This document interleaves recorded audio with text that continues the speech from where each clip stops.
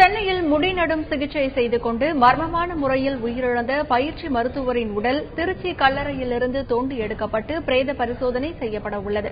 இதுகுறித்த கூடுதல் தகவல்களை எமது திருச்சி செய்தியாளர் விஜயகோபாலிடம் கேட்கலாம். விஜயகோபால், சொல்லுங்க, பயிற்சி மருத்துவர் உடலை எடுப்பதற்கு என்ன மாதிரியான ஏற்பாடுகள் எல்லாம் அங்கு செய்யப்பட்டிருக்கு? திருச்சி மேலசிந்தாமணி அந்தோணியார் கோயில் தெருவை சேர்ந்தவர் சந்தோஷ்குமார். வயது 22 ஆன இவர் சென்னை மருத்துவக் கல்லூரி மருத்துவமனையில் 4 வருடம் படிப்பை முடித்து 5வது வருடம் பயிற்சி மருத்துவராக அவுட் சர்ஜன் பணி செய்து வந்தார். இவர் நுங்கம்பாக்கம் பகுதியில் உள்ள ARHD என்ற ஒரு அழகு சிகிச்சை நிலையத்தில் முடி நடும் சிகிச்சை, அதாவது அவர் முடி குறைவாக இருக்கிறது, அதை முடி நடும் சிகிச்சை பண்ணுவதற்காக கடந்த மாதம் 15ஆம் தேதி அவர் முடி நடும் சிகிச்சை செய்திருக்கிறார். அப்பொழுது அவருக்கு ஜுரம் ஏற்பட்டிருக்கிறது. அதன் தொடர்ச்சியாக அவர் உடல்நிலை குன்றி அதன் பிறகு அவர் சொந்த ஊரான அங்கு வந்து அவர் தனியாக பணியாற்றும் அவர் தாயார் ஜோஸ்பின் பணியாற்றிய வேலூர் மாவட்டம் ஆரணிக்கு கொண்டு சென்றிருக்கிறார்கள். அங்கு அவர் உடல்நிலை மோசமாகவே வேலூர் CMC மருத்துவமனையில் அவருக்கு சிகிச்சை அளிக்கப்படுகிறது. அங்கு அவர் உடல்நிலை முற்றிலுமாக பாதிப்படைந்து 16ஆம் தேதி அவர் உயிரிழந்து விட்டார். அதன் தொடர்ச்சியாக சொந்த ஊரான திருச்சி மாவட்டத்திற்கு அழைத்து வரப்பட்டு அவரது உடல் எடுத்து வரப்பட்டு திருச்சி சங்கரன் பிள்ளை சாலையில் உள்ள கல்லறை தோட்டத்தில் அவரது உடல் புதைக்கப்பட்டிருக்கிறது. அந்த CMC மருத்துவமனையில் இவருக்கு உடல் பிரேத பரிசோதனை செய்யப்படவில்லை. அதன் காரணமாக தற்பொழுது அவர்கள் தாயார் இந்த மருத்துவ சிகிச்சையில் தங்களுக்கு மர்மம் இருப்பதாக அவர்கள் நுங்கம்பாக்கம் காவல் நிலையத்தில் புகார் கொடுத்திருக்கிறார்கள். அவர்கள் வழக்கு பதிவு செய்திருக்கிறார்கள். அதன் தொடர்ச்சியாக வழக்கு பதிவு கொடுத்த தகவல்கள் மற்றும் இவர் உயிரிழந்ததற்கான மர்மம் ஆகிய பல்வேறு தகவல்கள் தற்போது பூதாகரமாக வெளியான நிலையில் இந்த மர்மம் குறித்து வெளியாக வேண்டும் என்பதற்காக தற்பொழுது இவரது உடல் மீண்டும் தோண்டி எடுக்கப்பட்டு பிரேத பரிசோதனை செய்யப்படவிருக்கிறது. இதற்காக நுங்கம்பாக்கம் காவல் நிலைய ஆய்வாளர் பாஸ்கர் தற்பொழுது திருச்சி வந்துள்ளார்.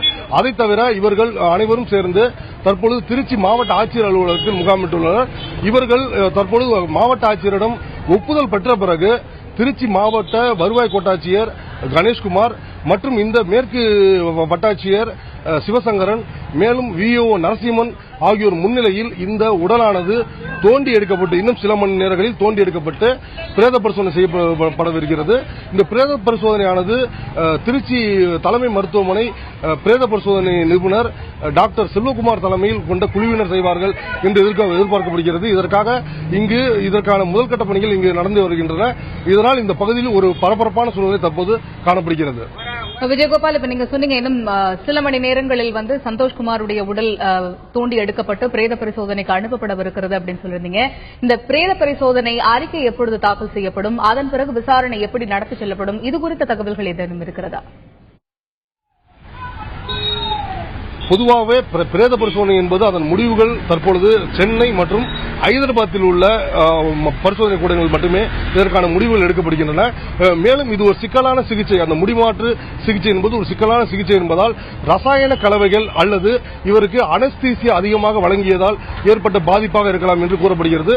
இது மிக நுட்பமான ஒரு கண்டுபிடிப்பாக இருக்க வேண்டும் என்பதற்காக இது சென்னை அல்லது மைசூரில் உள்ள பரிசோதனை நிலையத்துக்கு அனுப்பப்படலாம் என்று கூறப்படுகிறது. குறைந்தது அதிகபட்சமாக ஒரு வார காலத்திற்குள் இதற்கான முடிவுகள் கிடைக்கும் என்று எதிர்பார்க்கப்படுகிறது. மற்றபடி அவருக்கு உடலில் காயம் இருக்கப்பட்டிருந்தாலோ அல்லது வேறு மாதிரியான கொல்லப்பட்டிருந்தாலோ அவர்கள் இங்கு நடக்கும் பிரேத பரிசோதனை கண்டறிந்து விடலாம்.